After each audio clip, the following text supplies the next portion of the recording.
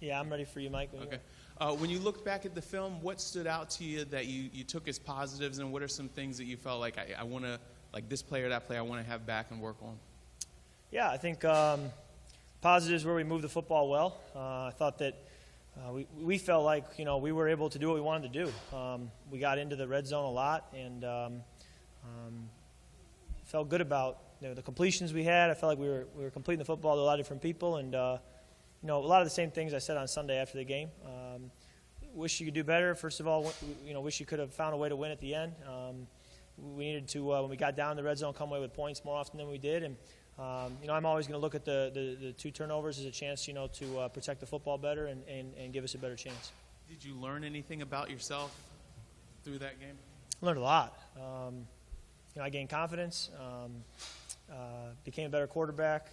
Each play is a chance to improve and get better and become a better player. So I grew a lot and learned a lot. You haven't had a whole lot of opportunities to, lots of times you're in for a game, then the starter's back. But to be able to go back, look at that, and then build on it the next week, how beneficial is that for your development? This is a very beneficial role. I do feel different now in this role. It feels a little more stable and a little more it caters to the ability to develop as a quarterback. This is a great opportunity for me, as I've said, and I want to take full advantage of it and just keep building day after day. Those young linemen did a good job for you up front. You obviously helped getting the ball out quickly. How much confidence can you build in maybe taking more chances in future weeks, having seen what they were able to do against Detroit? Yeah. I think to answer your question, I'll just stay within myself. I'm not going to say, now we have they showed this or that, I'm going to start taking shots or doing more. I'm stay within myself, do what I'm coached to do, no matter what's going on around me. And I trust that if I stay within my rules and do what I'm coached to do, that the rest will take care of itself. Kirk, how much did things change Sunday for you once Deshaun went out, and how will you adapt the next few weeks? Yeah, I think we've said it through the offseason, through the preseason, that we have good depth at wide receiver as well as at other positions. And so when Deshaun did go down, we have total confidence in Ryan Grant and Andre Roberts and others to step up. That being said, Deshaun's one of our best football players, one of the best players at his position in the entire NFL. So losing him is tough, but we go forward, and you kind of expect to have this kind of adversity show up as you play. And having lost the tight ends we lost in the preseason, you just have to find ways to adapt and move forward. It can constrict your offense, though, in terms of being able to take shots downfield. And you think it will keep doing so, or do you think you have the guys who can really step in? Because the guy did lead the league in yards per catch last year. Right. I think the biggest thing is that we moved the football. Whether it was through shots or through dink and dunk, we were able to move the football. So did it affect our offense in a drastic way? No, we felt like we moved it. We got down in the red zone. It was just those little plays at the end coming away with not coming away with what we wanted. But there will certainly be times where, we benefit from having Deshaun out there and the shots we were able to take last year. Do you still have that kind of trust factor with a guy who's never played the NFL, Rashad Ross? Where's the level of confidence there?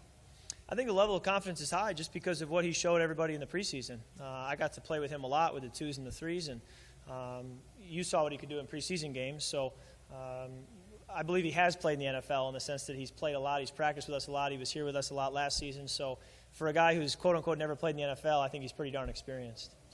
Rams obviously bring a lot of pressure up front, deep defensive line too. What are you seeing from them early, and what are you guys going to have to do to counteract that? Yeah, I just see a very talented defense all the way around, well coached. They play hard, pretty much everything you're looking for in a defense. So as far as what we need to do, we need to be sound in what we do. We have to be very disciplined, be very well prepared, and pay great attention to detail and go out and execute.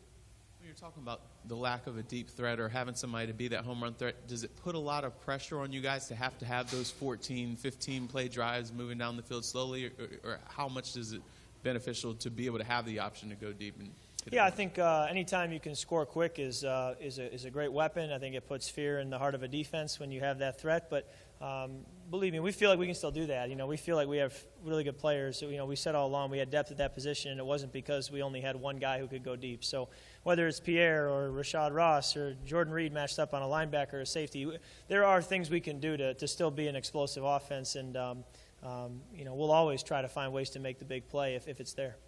Kirk, when you play with the lead for 3 quarters, you have a running game with Alfred Morris rushing for 120 yards. How much does that alleviate your responsibility? Well, I still have responsibilities, but I think that when you run the football well, it gives you a great chance to be successful. I think that's just one of those statistics. When you look at teams that run the ball well year in and year out, you always have a chance to be very, very good on offense. And it was really encouraging to see that this first game, and it's just a matter of continuing to do it week in and week out. But can't say enough good things about what we were able to do running the football last week. Kirk, What is it about Alfred that makes him such a good running back, makes him effective? That's a great question. I think he very steady, very durable. He's been on the field for us. He doesn't come off. He's able to keep going.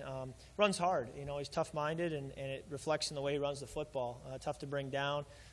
He's got good body control. He's got good ability to cut and change directions, and all those things lend themselves well to being a good back and consistently being a good back week in and week out, rather than just being a guy who flashes here and then disappears. He's able to consistently do it week in and week out because of the way he approaches the game. Kirk, speaking of Alfred, last year was for him the worst year he's had. Fewest carries, fewest yards, lowest average. He looked like his old self Sunday. Do you sense he was motivated by last year? What changed, do you think, from 2014 to the opener?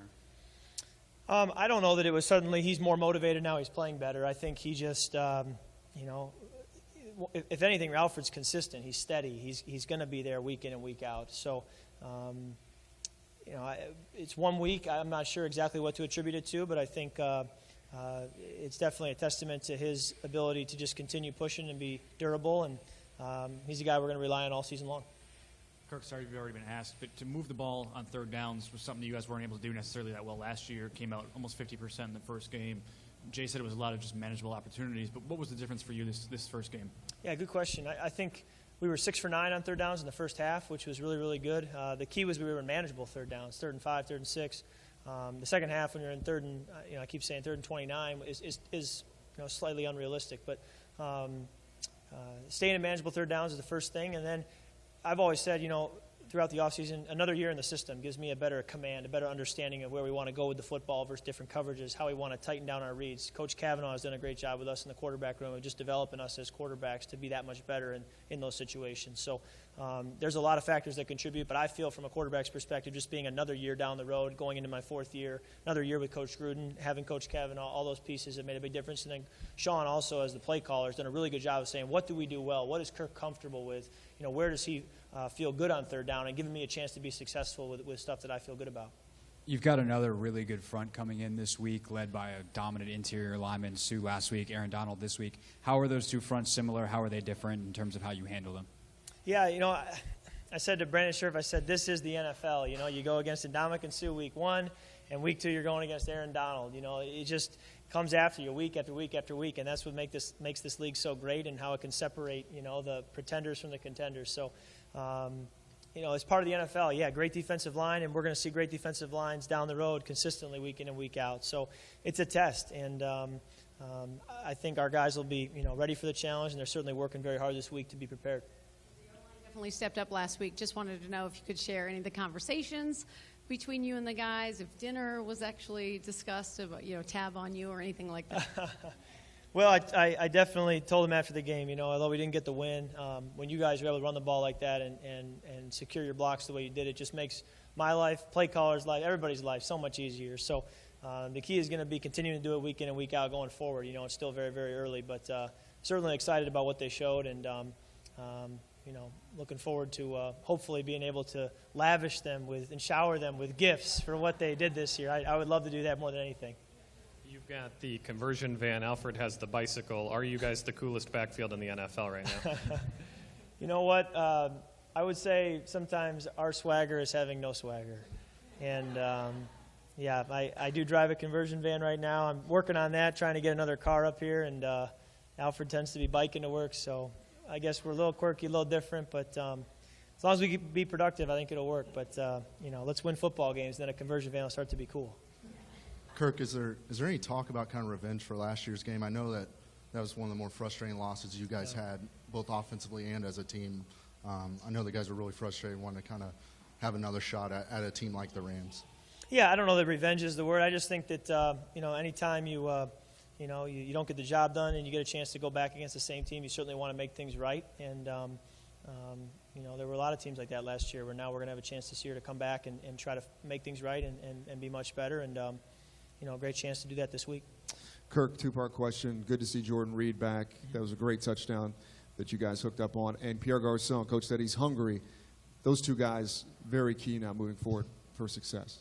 Yeah, I would agree. I think Pierre, it's going to come and go. Alfred's going to go for 100 and whatever in the first game, and then maybe, someone else will step up. I mean, that's part of having a team and having guys is that you're going to have different people step up week to week. But having those two, Pierre and Jordan, be as effective as they were was outstanding, and we expect that week in and week out going forward. I'm sure other guys will show up in certain games, but we certainly, as we look at our offense, feel like Pierre and Jordan are very, very important pieces that when they're able to contribute catching the football and making plays, we're going to be much better. All right, so fess up. How much more sore were you after this one, having not been in one for a little bit? Well, we only had one sack. Didn't feel like I took a lot of hits, so that being said, my body felt pretty good. But anytime you battle the way we did for 4 quarters and have that many plays and 46 plays in the first half, you wake up the next morning pretty exhausted, and I guess that's why we only play once a week. It takes a lot out of you. First of all, why a conversion van? And secondly, going to a football question on St. Louis, do they do different things because of who the coordinator is, Greg Williams, and the talent up front? Do they do some different things than most other teams could do?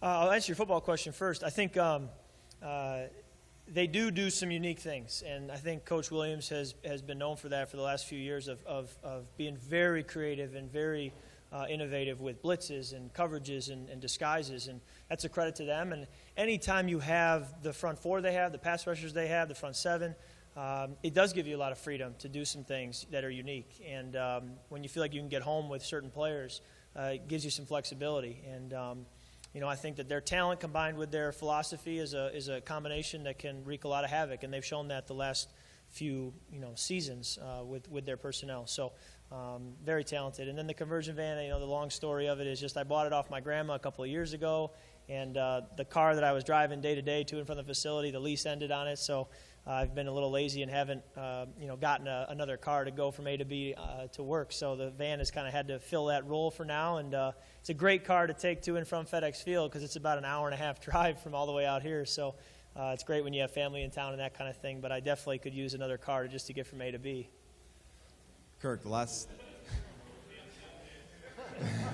Oh, sure. Hey, sure. Why not? If it's free, it's for me. Give me 3. Kirk, the last 3 times you and Jordan Reed have been out on the field, you've connected for, I believe, 17 times for about 180 yards. What is that comfort level like between you and Jordan, and what does he do that he gets open where you're finding him so many times? Yeah, I think the biggest thing with Jordan is that we've really only scratched the surface because of some injuries, because of the fact that I haven't worked with him that long. And he's so talented. I feel like we're only in the beginning. There's going to be miscommunication at times. There's going to be growing pains. But I'm excited because I think over the long haul, if he can stay out there and stay healthy and keep being productive, he's only going to get more experienced and you're going to see him more and making more plays. So I'm excited for the long haul with a guy like that because it's still very early in the process of trying to develop a rapport with him. But very talented. We said it all along from the day he got here as a draft pick. We could see it right away that he was going to be a difference maker, and it's just a matter of keeping him out there and keeping him involved because we've always known that he can be a serious matchup problem for other teams. All right, back to the car for a second then. You've seen the Eastern Motors commercials, so some guys rap, some guys sing, some guys dance. What would be your talent for this commercial? Oh, man, I don't know. You guys have seen my high school singing videos, so I can always fall back on that. We're trying to erase that from our memory, but yes. Yeah, good man, good man. I'm trying to erase it from my memory too, I think. But, yeah, we'll see. All right, thanks, guys.